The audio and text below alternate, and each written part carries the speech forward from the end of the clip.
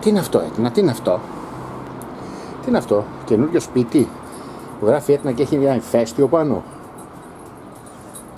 Μόλις το φτιάξα. Πόσο καιρό λες να το κάνεις, για να το κάνεις ρημάδι?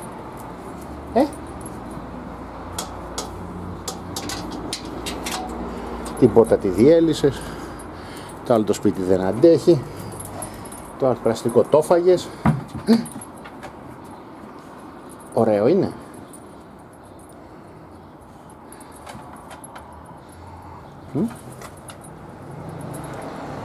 Τι είναι αυτό, Έτνα, τι είναι? Τι είναι, βρήκε σπίτι?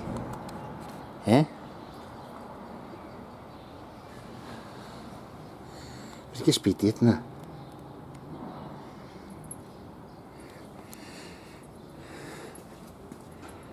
Έτνα, τι είναι αυτό? Τι είναι αυτό? Τι είναι?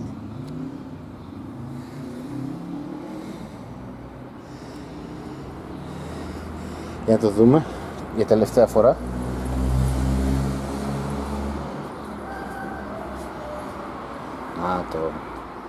Ακόμα είναι ανθρώπινο.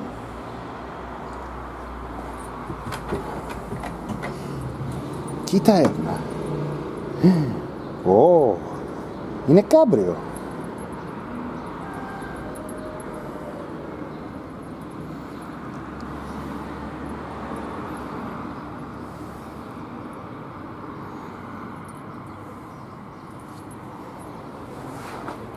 Άντε να σε αφήσω να το χαρείς.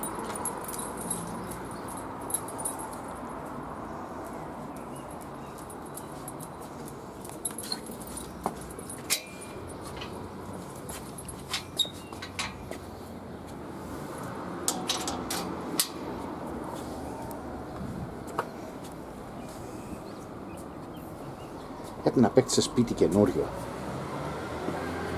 αφού έφαγες το παλιό. 7 χρόνια άντεξες με την Αβάνα, το σπιτάκι το άλλο. Σε σένα ούτε 7 μήνες. Άντε να δούμε αυτό πόσο θα αντέξει. Άντε, σε αφήσω τώρα να κάνεις το έργο σου.